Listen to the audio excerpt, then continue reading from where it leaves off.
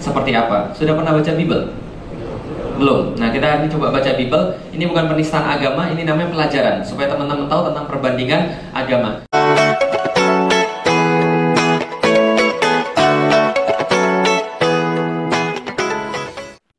Shalom saudaraku, salam damai sejahtera di dalam kasih Kristus. Berjumpa lagi dengan saya, Didit Yuli. Kita akan belajar berapologetika bersama-sama di channel ini. Nah, dalam video kali ini saya mau menanggapi seorang ustadz kebanggaan umat. Ngomong-ngomong umat yang mana ya? Ya pokoknya ini adalah kebanggaan umat deh. Nah, dalam video ini, pengajian atau kajian ya, yang dilakukan oleh Ustadz Felix Xiao, dia mengatakan bahwa membahas Bible itu bukan sebuah penistaan karena ini adalah proses belajar.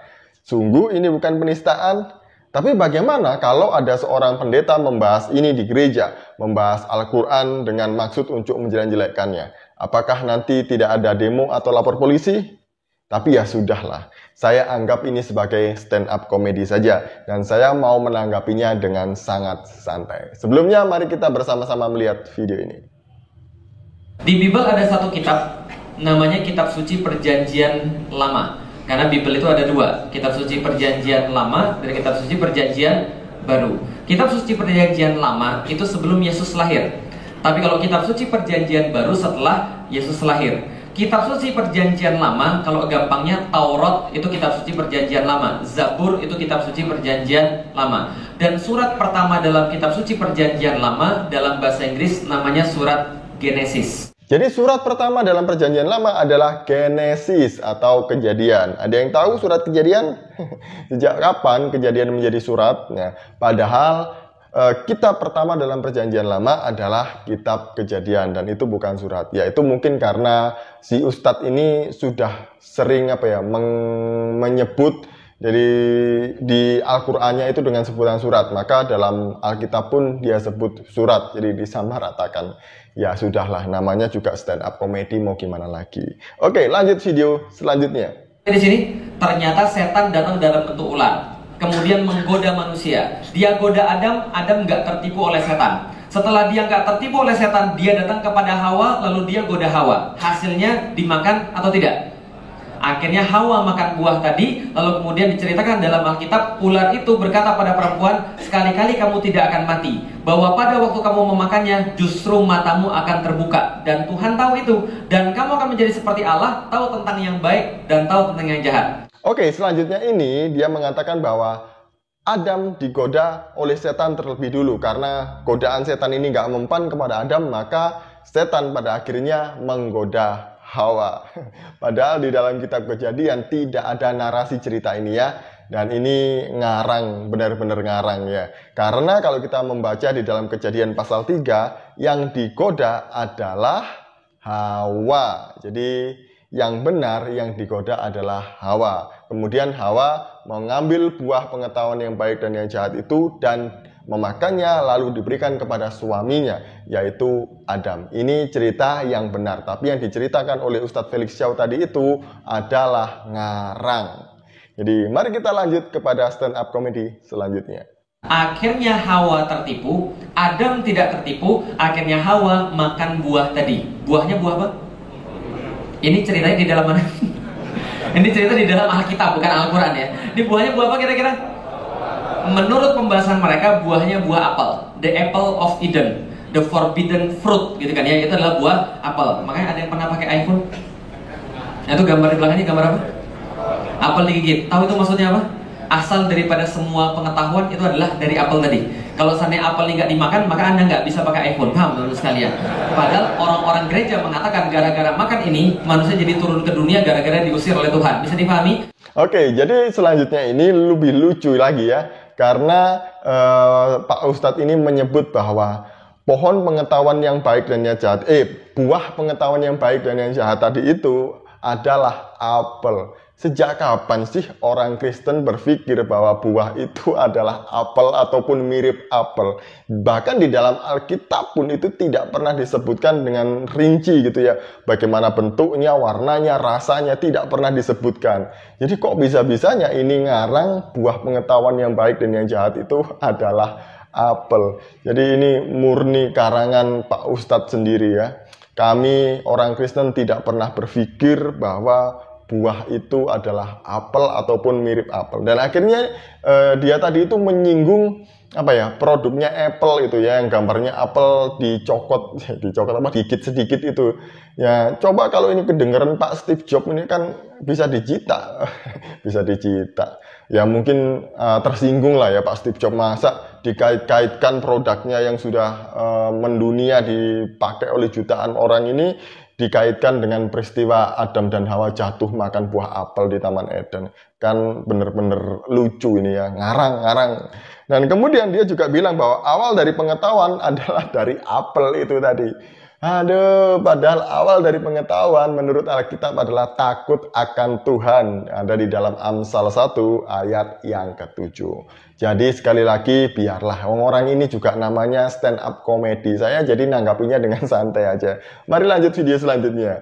Mendengar engkau di taman, saya takut, jadi saya bersembunyi karena saya telanjang. Tuhannya nanya, siapa yang mengatakan kepadamu bahwa engkau telanjang? Kamu tahu dari mana? Maka kemudian Adam menjawab, siapa yang mengatakan padamu bahwa engkau telanjang? Apakah engkau makan buah yang kularang kau makan? Adam menjawab, perempuan yang kau berikan untuk menemani saya, dia yang telah memberikan buah itu kepada saya, lalu saya makan. Ngomong-ngomong, ini ngaku atau ngeles? Ngaku atau ngeles? Hawa juga ditanya, benar kamu yang melakukan itu? Saya ditipu ular sehingga saya makan. Ngaku atau ngeles? Paham? Jadi kalau Anda itu punya sifat ngeles kebanyakan, itu jangan-jangan Anda belajar pada agama yang salah. Jelas ya? Karena sifat ngeles itu tidak pernah diajarkan di dalam agama kita, tapi diajarkan dalam agama mereka. Adam ngeles, Hawa ngeles, akhirnya tiga-tiganya kena hukum. Ini juga, kenapa sih bilang Adam dan Hawa itu ngeles? Jadi akhirnya orang-orang Kristen itu juga suka ngeles gitu. Nggak kebalik ya siapa yang suka ngeles gitu ya. Kalau para apologet ini menjelaskan bukan ngeles, tapi menjelaskan yang benar berdasarkan firman Tuhan sesuai dengan teks dan konteksnya. Lah kok ini kemudian fitnah? Kalau Anda suka ngeles, jangan-jangan Anda belajar pada agama yang salah. Aduh, Pak Ustadz ini gimana sih? Kok membangun iman jemaat dengan cara menjelekkan agama orang lain? Ya seharusnya membangun iman jemaat, pengetahuan jemaat itu dengan membahas kitab suci Anda sendiri, bukan dengan cara menyalahkan orang lain. Anda membenarkan diri sendiri dengan cara menyalahkan orang lain. Itu nggak gentleman. Jadi ya seharusnya lah seorang ustadz itu kalau sudah mualaf ya mualaf aja lah, nggak usah lagi menjelek-jelekkan agamanya yang dulu, kitabnya yang dulu, nggak usah. Mari kita lanjut ke video selanjutnya. Lalu bagaimana hukuman buat perempuan? Ini hukuman buat perempuan teman-teman sekalian. Apa hukuman buat perempuan? Bukan digigit, hamil dan melahirkan. Paham ya? Lalu Tuhan mengatakan pada perempuan itu, aku akan menambah kesakitanmu ketika engkau hamil dan pada waktu engkau melahirkan. Tapi meskipun demikian, engkau masih tetap ingin kepada suamimu, birahi pada suamimu. Pertanyaannya, kalau seandainya mereka itu kalau hamil melahirkan adalah sebuah hukuman. Kalau di dalam Islam kira-kira gimana? Hukuman atau bukan? Masya Allah, sangat beda sekali. Di dalam Islam, hamil adalah kemuliaan yang Allah berikan pada seorang wanita. Fitrah pada mereka. Saat mereka mulai merasakan sakit perut pas mau melahirkan, malaikat-malaikat beristighfar. Dosa-dosa mereka kemudian berguguran satu demi satu. Makanya kemudian ketika melahirkan, Masya Allah, mereka dapat pahala luar biasa. Nah ini lagi, ngomong apa lagi ini? Masa di dalam Alkitab dikatakan menurut Ustadz ini mengandung dan melahirkan itu adalah sebuah hukuman? Di mana ada ayat yang mengatakan mengandung dan melahirkan adalah sebuah hukuman? Nggak ada. Masa ini teks bahasa Indonesia saja nggak bisa ngerti? Coba kita lihat, yuk kita baca di dalam kitab Kejadian pasal 3 ayat 16. Saya akan membacakannya ya. Firman-Nya kepada perempuan itu, susah payahmu waktu mengandung akan kubuat sangat banyak. Dengan kesakitan engkau akan melahirkan anakmu. Jadi mengandung dan melahirkan itu bukanlah sebuah hukuman. Tapi hukuman dari Tuhan adalah ketika mengandung itu perempuan akan mengalami susah dan kesakitan ketika dia melahirkan. Tapi perempuan akan tetap birahi atau birahi kepada suaminya. Nah, siapa di antara perempuan yang tidak pernah mengalami susah dan kesakitan ketika dia melahirkan? Nggak ada kan? Nah, makanya firman Tuhan ini benar. Yang dikatakan oleh Pak Ustadz salah. Nggak ada itu Pak di dalam Kristen mengandung dan melahirkan adalah sebuah hukuman. Anda ngarang terus dari tadi ini. Mari lihat video selanjutnya. Maka sekitar tahun 1000, ketika kaum muslimin sudah menemukan anestesi, obat penahan rasa sakit yang bisa menyelamatkan banyak perempuan-perempuan ketika hamil dan melahirkan, maka orang-orang di barat, orang-orang Eropa menolak untuk diimpor obat anestesi ini. Nah, di sini juga ngarang cerita dan memutarbalikkan sejarah. Dia bilang Muslim menemukan anestesi pertama pada tahun 1000-an. Padahal anestesi baru pertama kali ditemukan pada tahun 1846 oleh seorang yang bernama William Thomas Green Morton. Dia adalah penemu anestesi pertama hirup. Dia ini adalah seorang mahasiswa kedokteran dari Universitas Harvard. Kalau dilihat dari namanya William Thomas Green Morton, tidak mungkin dia adalah seorang Muslim. Jadi seperti itu. Jadi memutarbalikkan fakta itu ya biasa aja lah buat mereka itu ya. Oke, mari kita lihat video selanjutnya. Tahu grup teman-teman sekalian, bahasa Inggris cherubim. Sebuah malaikat yang kepalanya singa, badannya manusia, membawa pedang menyambar-nyambar yang menjaga di bawah pohon kehidupan. Seperti apa sih kepala singa, badan manusia, membawa pedang menyambar-nyambar? Ya kayak lightsaber lah kira-kira gitu ya. Apakah kerub itu berkepala singa dan berbadan manusia? Mari kita melihat di dalam Alkitab. Ketika Yehezkiel mendapatkan penglihatan di dalam Yehezkiel 10 ayat 14, sebenarnya keseluruhan Yehezkiel 10 ya. Tapi secara spesifik disebutkan pada ayat 14. Kerub di sana disebutkan bahwa dia memiliki 4 muka. Yang pertama adalah muka kerub, kemudian muka manusia, muka singa, dan muka raja wali. Ini ya. Dan memiliki 4 sayap. Di bawah sayapnya ada tangan. Jadi ya badannya seperti manusia memang. Tapi dia memiliki 4 muka, 4 sayap, dan ada tangannya. Itulah kerub. Nah, kerub ini adalah malaikat yang paling dekat dengan Tuhan dan dia adalah salah satu kelompok malaikat yang melayani Tuhan. Di dalam Kejadian 3, ketika manusia jatuh dalam dosa, kerub juga diutus oleh Tuhan untuk mengusir Adam dan Hawa dan menjaga Taman Eden. Jadi inilah yang benar tentang kerub. Mari kita melihat video selanjutnya. Kesimpulan kedua, Tuhannya bohong. Paham teman-teman sekalian?